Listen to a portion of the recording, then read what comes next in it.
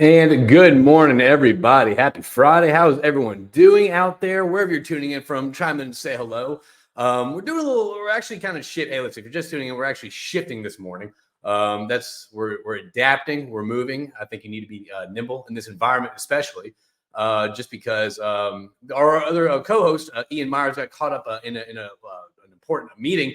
So, however, we're going to still discuss what's going on. We're still going to discuss the reality of the consolidation, what's happening, and what you can do on a personal level, because there's a lot of people out there right now with a lot of anxiety, a lot of stuff that they feel that's out of their control. Waking up and checking the news, it seems like there's nothing that's in our control or in our power that we can do to navigate these waters.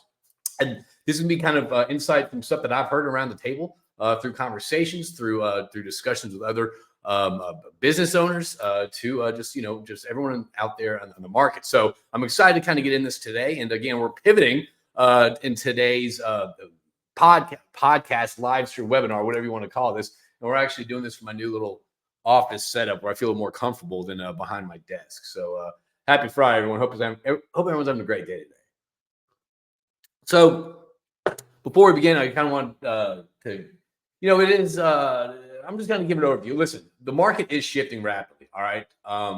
There's a lot of mergers going on out there that not only that have occurred that are hitting the headlines, but there's also a lot of stuff that's not announced yet or not hitting the headlines yet and all that stuff. So the merger and acquisition market is not slowing down. Okay. The landscapes are changing. The competition's increasing. Work's being that was previously awarded is being lost on the oilfield service side. There's an influx of competition on the E&P operator side with all this great talent, all these great teams looking for their next deal, looking for the next acreage, looking to build their teams. And also through the realities of consolidation, redundancies occur, and that means synergies happen. Yes, that's layoffs. And this is one of those things where it happens. It's happening right now. It's happening down the road. But what can you do? What's in your control to kind of create some stability in these volatile markets? And I think that's important. I think it's crucial to kind of start understanding what we can do as an individual to take some control on our path and take some control, because I think, it's my personal belief that I think a lot of things have been taken away from our control, or it feels that way. So anyway, wherever live podcast, just tell us the juicy details. What's the live podcast? Okay, juicy details is this. We're going to be talking about what you can control on the not just as an energy professional, but also on the service side, what's going on as well too. So the real talk, let's talk about labor real quick. All right, Lord, let's say hello to everyone out there tuning in.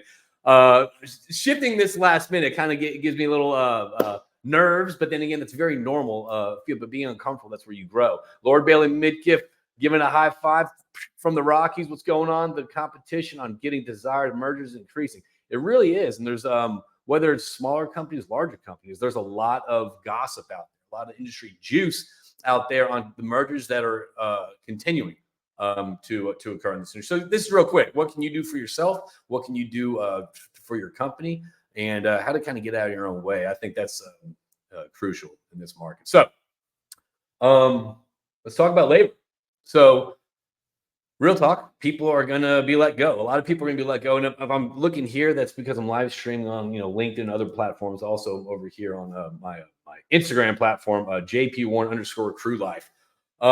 Trying to, again, get out of my comfort zone. But yeah, people are going to be let go. We've already seen people let go. And it's one of those things too, that it's shocking to me, and feel free to chime in, that it's some of the people that are being let go. It's surprising. Because, as an outsider looking in, you're viewing these individuals as being kind of the face of the company, leading teams, kind of really being active in the communities, being just an active part of the company. It's those mini company celebrities, if you want to call it that, like a better word. But well, good. I'm digging that now. I'm always nervous. But so it's these leaders at these companies that are being let go. And it's actually kind of shocking. But at the end of the day, yeah, it is strictly business. So that being said, what can people do? It doesn't matter what level you are in an organization. A lot of times, whenever I'm trying to reach out to a potential E&P operator, to come join a crew club event, for example, to network, to build quality connections in the E&P community. It's sometimes it's met with a little resistance. It's like, hey, listen, I'm okay right now. I'm at this position, this company. I'm pretty good. I really don't need to build my networks. But I often say this: networking, literally, whether you're on the service side, operator side, or whatever industry you're in, networking is a lot like planting a garden. I've never gardened before, but it's a good analogy. Go with me here. You never plant a garden whenever you're hungry, whenever you're starving for food, whenever you really, really, really need it for survival. You plant it when you want it, when you have the time, when you have the honey-do list to do. So again, that's just like your networks. There's a lot of people that you reach out to, try to get to these events or try to connect with, and whether it's their level at a company or whether it's just their, life gets in the way, which I understand. Oftentimes they're held back from attending these events only when the headlines and their company name is on the headlines about the consolidation. That's kind of when people start reaching out. That's when people say, hey, look, let's connect. I'm going to have more time to network. I probably should have been building up this previously. I love it because the realization of the importance of networking is there. However, it's one of those things too. It's like, hey, that's great. You're looking to get involved now. I still say come get involved. That being said, let's talk about how you're building your networks besides, crew club events, for example, because since I've started reaching out to you till now, there's a lot of talented people out there on the market. There's a lot of people looking that can do your job, whether just as good or even better. The thing is, though, there's a lot of talent out there. So again, networking when you need, it's like an insurance tree. It's great when you don't need it, but it's important when you want to have it. So the best time to plan it was what? Yesterday. The second best time is today. So what can you do as an individual to build your networks, to kind of create some sense of stability in a volatile market during this time? That's networking. I just had breakfast with some summer interns with Intelligent Wellhead Systems who are investing in not only the people, but their interns. And the realization of networking also hit them as well. Whether they're at career fairs, whether they're trying to get this next summer internship. And honestly, like the conversations that I have with, people in senior level positions at these companies that are being acquired or being merged with, is that the realization of their networks and how they wish it was more robust occurs. Even with companies trying to find their new deals, their new acreage after they sold. The common theme that keeps popping up is we're not finding deals unless we have good networks. We're not going to be first on the table unless we have good networks. Networks matter. I don't care if you're in the deal flow position. I don't care if you're in the job hunt position. I don't care if you're trying to get work. Your networks matter, and we're going to talk about how to grow it and how you should grow it strategically. Time is spent. Time is kind of flattened and pulled and stretched in for a lot of people. It's a lot to do more with less. So let's do that. Let's meet more with less effort, but let's be intentional about our actions. All right. Let's see what the kind, sweet comments here said. First off, Bailey, great dad joke. Life's a garden, dig it. The Canadian tuxedo jacket is money. That's a USD, not Canadian dollars. Appreciate you, Justin. So anyway, this is for you, Justin. Justin's been a huge help in my personal life, kind of guiding. He's part of the exec crew, little mastermind group we have, and he's just the whole group's just a great source of soundboarding and this actually feeds into network and the importance of surrounding yourself with people that you want to. So get back to network. Let's talk about it. How do you be intentful and strategic with your networks? All right. Number one, your network, whether you like it or not, is your net worth. It's opens up opportunity. It gets you to the front of the door, the top of the pile, last look, whatever you want to call it. You have to connect with purpose, though. Again, people feel that their time is very spent. People are controlled by their schedules. So I always try to preach the threefold strategy. All right, break in. So if you're sitting there and you have a blank sheet, think about your networks as kind of a pie. All right, cut into three quadrants. All right.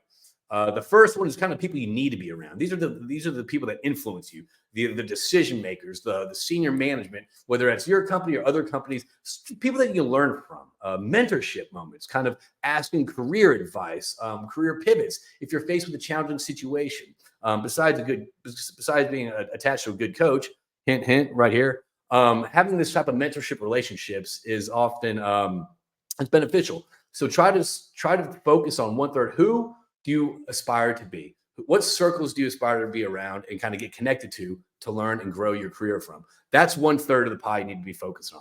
All right. The second is people that you want to be around. These are people that kind of inspire you, that can share your vision. This is my exec crew group. This is my crew club group. People that kind of that come together, that bounce innovative ideas that you can use as a soundboard. And honestly, you can be vulnerable with.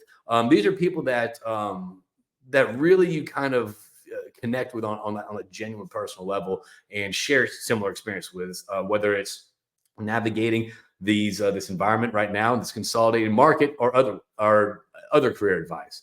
All right. The last third is people that you should be around. And if you're OFS, this is new customers. If you're an EMP operator, this is probably teammates.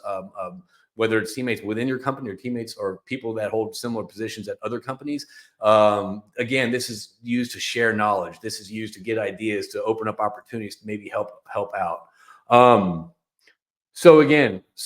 you're thinking about your networks, build it out, be strategic. The whole concept of goals and intention, it's really becoming more clear to me over the past year since I started the exec crew group that we're in. It's just, the past 2 years, I feel like everyone's like this. Your day controls you. You don't control your day. So it's often you're spinning wheels. If we pause, take a step back, and be a little more intentional with not just our networks, but also our day and our goal. What do we want to accomplish? What do we want to accomplish, and what do we want to set aside so it doesn't kind of feed into the anxiety wheel that we often face? So again, be intentful, be strategic. Let's take a word from Justin. Jokes aside, I didn't know he was making it. I didn't know you knew jokes. Wow. Okay. Flash forward. This is an important topic. Thankful for you using your platforms to have the constructive conversation around it. Clap, clap, clap. I was going for one more clap, but okay. The most common mistake folks tell me they made is they didn't build strategic relationships and build their network when they were coming up. I remember when I started my career at Noble Drilling, they named rigs after people that were that had tenure at the company. So for me, I was like, I don't need to go build my network. I want a rig named after me. I don't need to build a network with anyone out here. However, that's not the reality. You really, really do. And again, this day and age, let me ask you a question. This is kind of your own personal perception thing. When was the last time you really had a genuine connection, a genuine conversation with someone? The last time, whether you were there to provide guidance, advice, or help to someone, right? Or when you're able to show some vulnerability with someone. I think all this is important. Listen, we can go on tangents on the power of being vulnerable, because there's a lot of people that show similar faces. However, we're all going through similar challenges. So, and that connects, that brings people together. So I think there's a lot of power in being vulnerable when building your networks. And it's a lot of power being strategic. All right. Just like you'd approach building a house. You'd be strategic about it. You just wouldn't start putting up walls without laying the foundation, without, I can only go for so long as I don't know much about construction, but go with me here. All right. So when you're walking into a room, it's very uncomfortable. We understand that. Obviously, I think there's different ways to build a network. Obviously, if you're on LinkedIn right now, you understand LinkedIn, you understand social media platforms. I dig them. I do think that there is so much juice. There's so much knowledge in when you have one-on-one in-person connections. So again, when you do have these events, obviously it's very uncomfortable walking in a room being surrounded by total stranger dangers. I get that. However, it's call it out. Be okay with being uncomfortable. Be okay with walking up and entering a conversation, saying, "Hey, listen, is this your first time being at this event, this lunch, and all this stuff? How are you doing? I'm JP. Nice to meet you." Obviously, use your real name, or if it's JP, use that. But obviously. Start with there. Another thing that I see is people continue conversation. They feel rude to get out of conversations at these networking events. It's okay. You're there for a set number of time. Your goal isn't really there to sell anything or have some transactional conversations. Your goal is really there to establish a connection, get a card, all right, or get their contact information. And what's the secret to success? Following up. But it's okay to excuse yourself from these long, drawn-out conversations. Hey, listen, Scott, hey, listen, Scott, it was really great chat with you. Love to continue this. However, I'd like to go meet some other people over there in that side. So again, separate yourself. Don't extend the conversation past the point of productivity. Follow up. This is the lowest hanging fruit out there. Follow up to whatever card you get. And that's not just, hey, great meeting you, blah, blah, blah, blah. Provide some knowledge, provide some tangible, oh yeah, I did talk to Scott Petro. I did talk to Scott with company X, whatever. What did we talk about? Oh yeah, he was asking about this type of power generation on location. Oh, I just read something cool about this. I'm gonna send it to them. So again, follow up with heart, share, show that you care, and build that relationship. Otherwise, the potential for a follow-up meeting is probably less likely. Another thing that I tell people when networking, there's always a balance between personalities. There's always extroverts and introverts, and I'm guilty of this. I know that. Just ask my wonderful wife. I'm guilty of this. That whenever there's a silence in the conversation, I try to fill it. I don't think there's been any silence in this conversation, but when you're approaching a networking event, whether it's large number of people or small number of people, understand that that person may be an introvert, and whether they're being quiet, they might be assembling their thoughts or their insight to provide back for you. So allow space for conversations to flow. Allow space for the other person to maybe fill in some information. So, for example, oilfield service side, I think it's plagued with this constant transactional sale. They see an operator come in the room, it's chum in the water. Hey, when you picking this rig up? When you getting this frac footing? Hey, when you doing this? That's transactional. No one likes to be sold to. I don't even like being sold to when I'm looking for a car and I walk into a car dealership. So watch out how you talk to people. Watch out how, pay attention to the silence. That silence allows for more conversation to flow. So you need to connect more. I remember we had an event and we had people talking at the table, and after the event I was talking to the topic facilitator. She's like, that was a great event. I would love to hear from X and X person in the room. And we started talking about this. I wonder why and all stuff. Well, she actually brought it up. She's like, you have a lot of introverted engineers out there that want to chime in, however, don't feel the space. So that was a great realization on me to kind of start shutting my mouth when I'm in conversations, so I can start listening to people, start understanding where they're from. So again, that's part of active listening. All right. And we're going to these events, seek enriching, seek conversations, seek circles, seek people that will kind of lift you up, provide some sort of guidance, some sort of challenging to yourself, people that you might aspire to kind of grow your career into. Setting goals. So you could get, look, this is prime example right here. You come home, you got a stack of cards. You have a stack of cards right here, right? So what do you do with that? Always jot down little notes on the back and follow up to continue the conversation. All right. And here's the deal. When you are networking, it doesn't have to be a constant, nonstop press on following up with someone. It also could be one of those things, just touch points. Hey, listen, I know that I just saw online that you're actually looking at AI to incorporate in your workflow and all that stuff. I just read this article. Check it out. So provide, little nuggets of unique kind of value right there. And again, this is something that is in your control. There's a lot of opportunities out there. There's actually a crazy amount of opportunities out there to get out there and start networking people. Where do you start? You're an introverted engineer behind a desk that you really don't want to kind of venture out. You don't feel like at the time. Start with your company. Start with your teams. Start with people that sit across the aisle. If you're drilling, talk to completions. If you're completions, talk to production. I remember Kate Hyken, who actually did that sound when she was on my first podcast. She had she's like, we all have our, we all have our focal points that we need to do, our end goals. However, my goal may be very different than completion's goal. Completion's going to be, so if once you start learning what is the motivating factor in other teams, that might create more actual efficiencies with you. So again, conversations and connections and conversations. So you start with your team, go to mini symposiums, obviously crew club plug, but talk to old classmates, reach out to old classmates and colleagues just to follow up with, just to touch base with. That's also a good way to kind of expand your networking a little organically at first, and then reach out, take some lunches. You see some interesting technology online, you see some sort of subject that's interesting, whether it's, I don't care if it's brisket, barbecuing, smoking meats or whatever, or you see something when it comes to bow hunting or AI or something like that. Connect on that. So, all right, let's see what else we got. Oh, we got Nate Graham. In a world where schedules dominate, yes, and abundant networking events, how would you suggest being strategic and intentional with your time when investing into the three types of people in the pie you mentioned? Okay, that's a great question, Nate. So, okay, so first off, you have to be selective. I was talking to a buddy in Scott Witt in Oklahoma City. He said out of what 42 weeks. This is a couple months ago. 42 weeks left in the year. There were 67 events to go to. 67. How much time, energy, and effort is put into those 67 events? Who's going to go to it? How do you know it's effective? That's a great thing. So number one, I would try to whittle out the things that probably don't apply to you or kind of where you want to progress to. So I would probably find things that benefit you.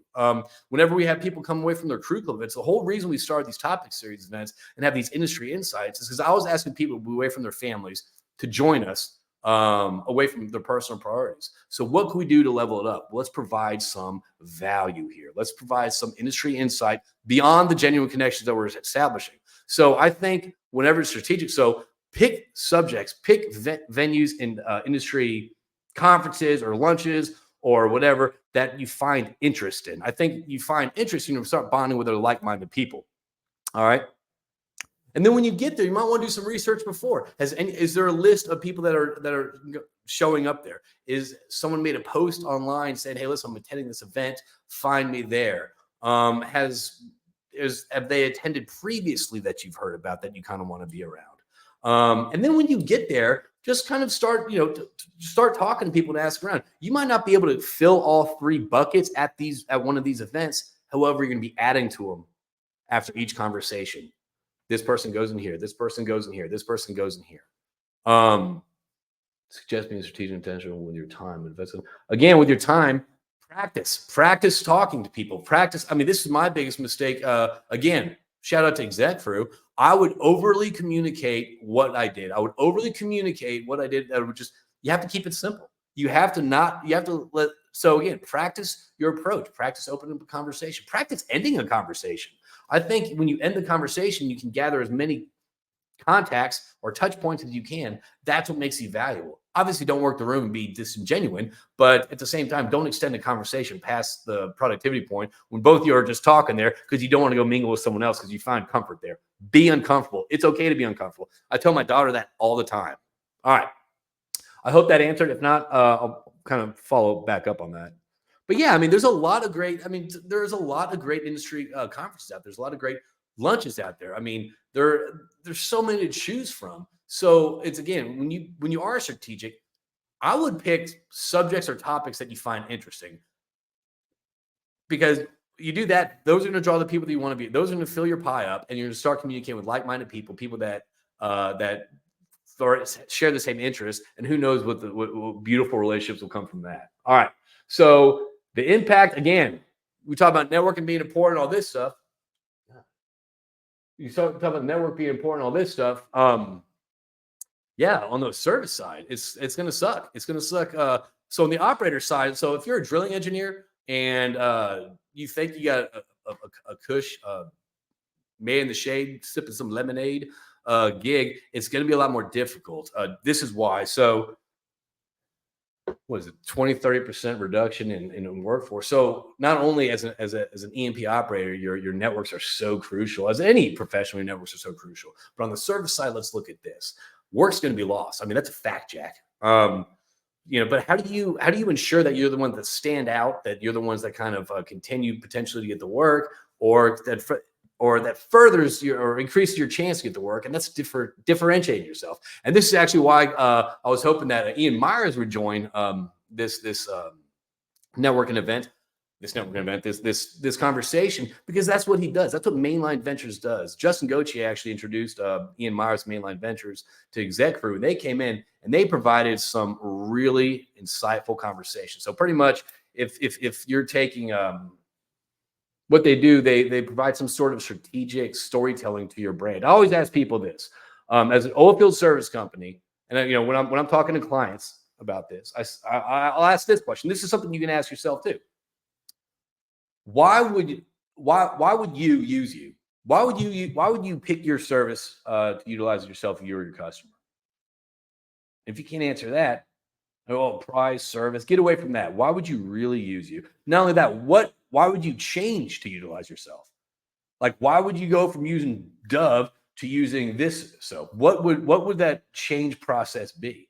And what value do you really bring? And if you're answering this, hey, the value we bring is best service, lowest cost. I got news for you. That's a lot of people's value. So really try to think about and answer those questions very clearly. You start clarifying those answers to those questions. You can build your conversation. You can build your value around that. All right. If you can't answer that, chances are you're really just spinning your wheels and you're just kind of pushing something. So answer those questions. Why would I use you? Why would I change to be using you? And what value do you really bring? You save me time. This is a new way to do things. Is this more cumbersome? So again, focus on your value, story, tell your value. And when you're talking about your message, keep it simple. Far too often, I'm guilty of this too. Even as business owners, we don't know how to talk about our companies. Oh, we do this, this, this. We bring in E&P professionals to network on a genuine level. Da, da, da. Keep it simple. We bring people together to elevate the conversation and increase genuine connection to open up opportunities. Very simple, straight to the point. You know what that is. Same with your company. Same with what you're trying to do when you're as an oil field service company. All right. And again, this is a whole new thing.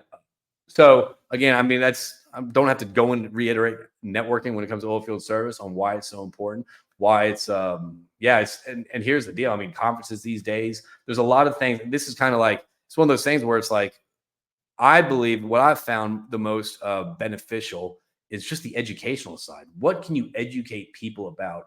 Or what topics can you dive into? I think that's been one of the most successful things about Crew Club. It's just the conversations we're having. It's the unfiltered, candid conversations that we sit around the table and we engage in. It's some great industry insight. I think it's much more. So again, I'm not trying to plug it, but I'm saying when you are conversing with people, you're trying to be strategic. Don't waste time. Don't just buy someone a beer to buy someone beer and pick their brain.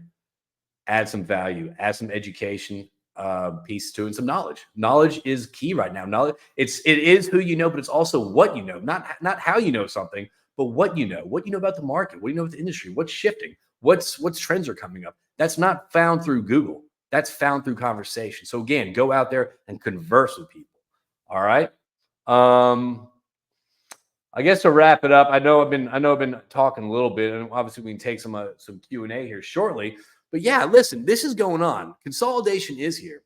And if I said this once, if I said this 100 times, work on your networks, whether you're building inside your company, whether you're building outside the company, whether it's with old classmates, whether it's with new. I mean, even if you're an E&P operator and someone reaches out to you that, that be uncomfortable going to take a lunch, taking a coffee. Okay. That's where you find out, I guess, the pulse of the industry. I always say that. I remember I was talking to a guy in Dallas, and I'm like, well, he's trying to find work. He's an EP operator, talking. I said, well, have you talked to any service companies about this? He goes, oh, no, I don't want to go on the service side. I said, that's fine.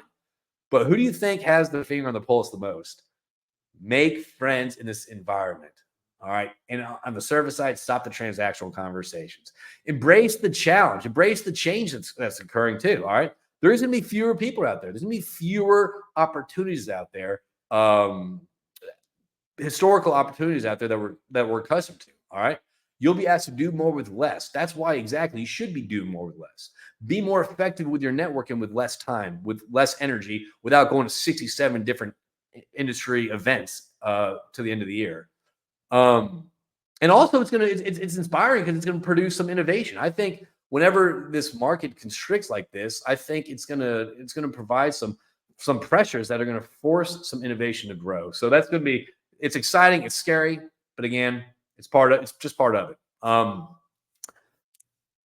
So what else do I have here to kind of wrap it up? Yeah, I mean, cost is continued to be king. However, cost management is queen. Again, I always say move away from the lowest cost conversations, because to me, that's just kind of a barrier. It's a good excuse to say no. So again, if you can pull away from the topic of price and more talk about value and really what you're bringing and not really BS them, that's going to bring a lot more home. Because at the end of the day, we're not really drilling much cheaper. The margins are stripped. They're gone. They're already gone. You can't pull over anymore. We're already pulled over. So the question is this, it's cost management now. So how can you provide something besides lowest cost? All right. Opportunities. Hey, there's going to be more talent in the market, and that means more opportunities for collaboration, for learning, and for growth. And again, not to be too pluggy or anything like that, but I think that's a perfect time for a little advert. School may be out, but class is in session. Pop quiz.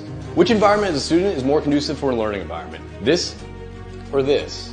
And as an E&P professional, which environment is more conducive for you to not only learn, but also to connect? This type of environment where you're being talked to and a number in the crowd? Or this environment where you sit around with a bunch of your peers and talk drilling efficiencies?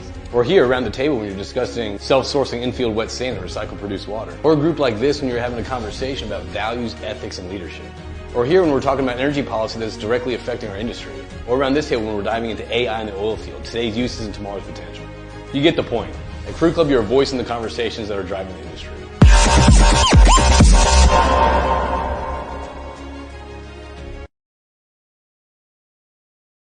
I don't know. Sorry about that. Anyway, little EDM. Yeah, listen, this is your call to action. I'm willing to take some, let's take some Q&A if y'all have it. So listen, there's a lot of things that are scary out there. This is your time, though, to rise, to do something. You know, Nate brought a point that a lot of people, that their day controls them. Don't just have intention with your networks. Have intention with your days.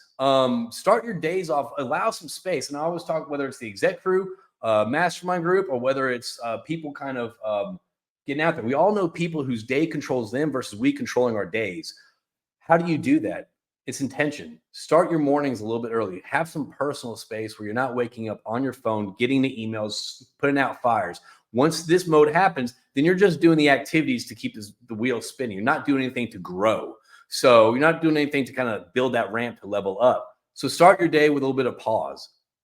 Wake up, have an hour, 30 minutes, pause, reflect, set your day with intentions. Hit your 3 goals, your 3 action items that you can do that day. The rest is just noise and details. I often get lost. It's kind of like scrolling social media or creating content. I always get lost in the little activities, but not the actions.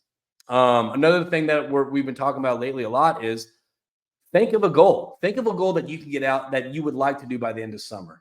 A simple goal. It doesn't have to be, oh, I want a 6-pack, but start small, because you're not going to rise to your goal. You're going to rise your standards to reach your goal. So again, do some actionable items for your goals. Break it down into 5 or 6 actionable items that you can control, that you can take action on. And remember, your outcome isn't your goal. So my outcome wouldn't be to sell $5 million. My goal would be to have this many meetings, talk about this, make this many posts, have this many events. That is a goal, a thing that you can control. All right. So, and what else? Yeah, listen. Again, I think there's been so much control that's felt stripped over the past 4 years from us, where it's like we're kind of we're not serving ourselves. I feel like, whether it's, there's been a lot of stuff that's taken out of control. I think now it's time to actually take some personal accountability, some control, not on just who you're networking with, on who you're surrounding yourself with. I think who you surround yourself with changes your attitude. It changes how you talk about kind of the environment, how you talk about challenges, the world, collaboration. Again, that's leveling up who you're talking to, your surroundings, your input. And again, setting some goals for yourself and some actionable items that you can take care of, that you can accomplish. And not only that, celebrate those accomplishments because you did it. I don't care how small it is. How often does, we have a full day of something, we have 2 great things that happen, and we have 1 bad thing that happens. We focus on the bad thing.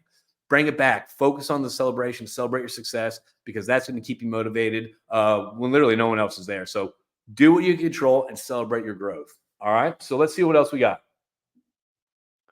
All right. I like your commercial. I'll take that. Always interested to know how people / you grow your network on LinkedIn social media. Okay. Yeah, I dig it. I think this is a great question. We actually had this conversation with the interns at the Intelligent Wellhead Systems when we did our Emergent Energy Professionals Workshop. If you're interested in that, that's kind of a quick snapshot on goals, limiting beliefs, sales, personal branding, content, LinkedIn brand building. If you're interested in that, reach out to me. We can always discuss that further. But I think it's content. Content is king. And again, when it comes to content, it doesn't have to be perfect. Don't miss greatness for perfection. I had breakfast with this morning with the Intelligent Wellhead Systems interns, and it's one of those things. There's kind of a formula. All right, you're storytelling. You're building your personal brand. Okay. So when you're doing it, so start broad. Tell your story. All right. Here's Justin. Let me see if yeah. So Justin says, Shelby, great question. Create content around things you're passionate about and have a good understanding around. Position yourself as an authority through thought leadership. This could be a short form content or long form, such as a podcast. Couldn't agree more. Couldn't agree more. And even if it's one of those things where it's like, even if you, I think this is perfect. This is one layer of it. Even if you don't feel like you're an expert at a subject or anything like that, what's your experience learning it? I saw a great post from Coldy Spalding with Scissor Tail Pipe. He showcased that he's not an expert in AI, but he's taken the steps to learn AI. Why do I remember that? Because it stuck out to me. So if you're building your content, I don't care if you're celebrating your success. I don't care if you're talking about some experience that you've gone through that you learned from something or anything like that. I think it's one of those things where you have to tell your story. How does this affect everyone?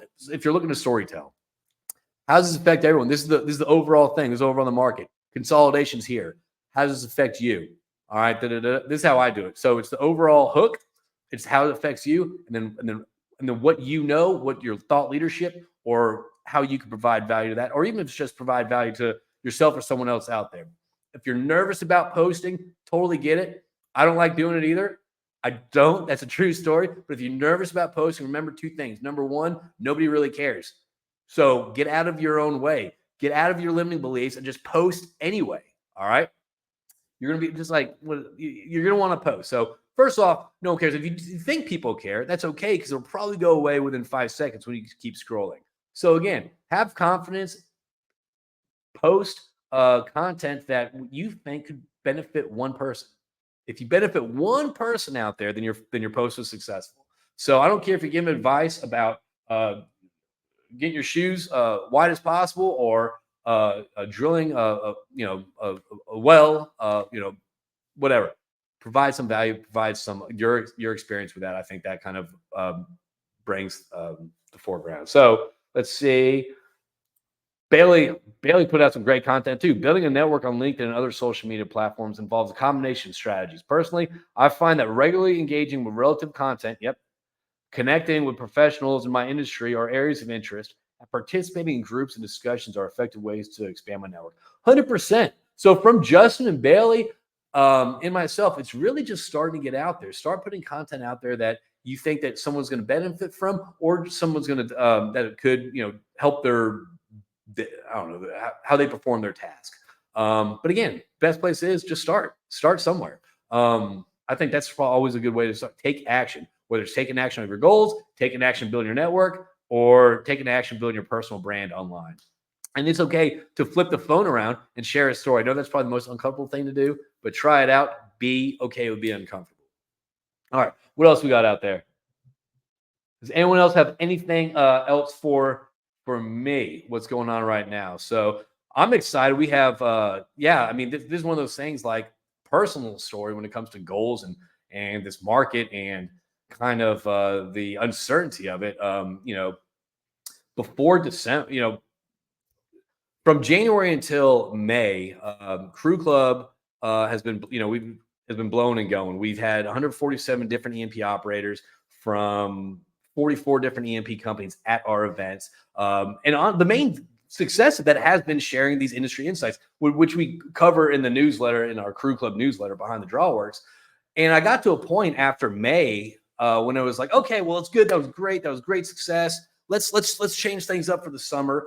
And literally, I don't know why I did that because I wasn't clear on my goals. I was like, okay, I lost sight of my goal. I got complacent with my goal when it was like the value that we have, what makes Crew Club so unique was all the industry insight going around the table from all disciplines on the EMP space. What's going on? We weren't people weren't just a number in the crowd. They were part of the conversation. I stopped, and I stopped that. I said, okay, well, let's change it up this summer. Let's just have kind of a casual happy hour things. We bring in EMP professionals, club members, and like SPE students. However, I realized that, through conversations with, exec crew and again, Justin, the bread and butter right there was the knowledge sharing, was getting people to come together and connect and have conversations. So I've had to, again, I have a whiteboard right there with 3 goals every day on what I need to do to not reposition, but recommunicate kind of, hey, listen, we're continuing these topic series, but we're going to be having during lunch. So we're actually shifting the summer and we're going to go back in the fall. So again, for me, that's staying consistent with my goals. That's not waking up and thinking, I got to do this. I got to tell everyone we got to do this. Go do that. That's really slowing things down and sticking with the process and realizing that, hey, listen, this goal, whether it's Crew Club, whether it's building your networks, whether it's building your online brand, is going to take time. It's going to take energy and effort throughout each day. Just keep it consistent. Keep it consistent. Whether it's your goals, whether it's marching forward, and same with me. Keep building these little mini symposiums. Keep building these knowledge sharing opportunities for people to get with. So I think for me, whenever I have anxiety that's coursing through my blood, I have 18 cups of coffee. No, I don't.